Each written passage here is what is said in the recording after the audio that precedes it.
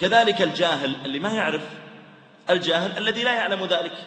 أنا مرة ركبت مع رجل في خارج هذه البلاد، سائق تاكسي في إحدى الدول العربية، فلما ركبت معه كان مشغل أغنية بلهجة بلده، إما مثلا باللهجة المصرية أو اللهجة السورية أو الأردنية أو كذا، قل ما شئت، أهم شيء لهجة بلده.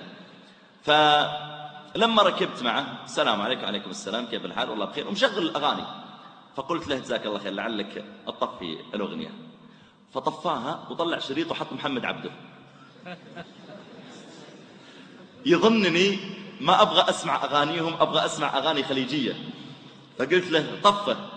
قال ليش أنت سعودي ولا كويتي؟ عندي عبد القادر مدري، عبد الكريم عبد القادر مدري. قلت يا أخي أنت ايش تظن؟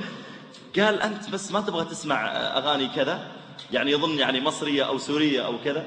قلت لا، أصلا الأغاني كلها حرام. طفي المسجل لأنه قد شغل محمد عبده، فطفى المسجل. قال حرام وأنا أعلم من وجهه أنه صادق ما يدري. قلت والله حرام. هالكلام قبل يوم جماعة يمكن 10 سنوات 12 سنة.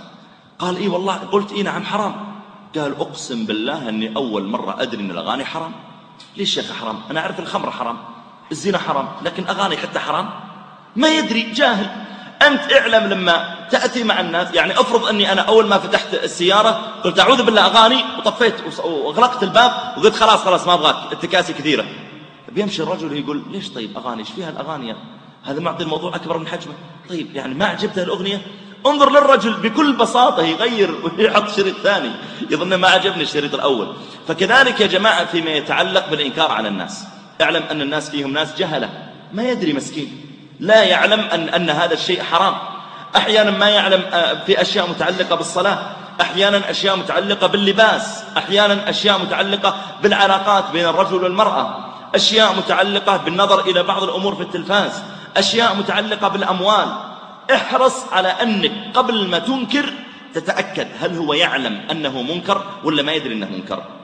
يمكن يا أخي ما يدري الرجل أنه منكر وتأتي مباشرة وتنكر عليه، فيشعر بأنك تتحكم فيه، وبالتالي ربما أن الرجل يزداد إعراضا ولا يتقبل منك وما شابه.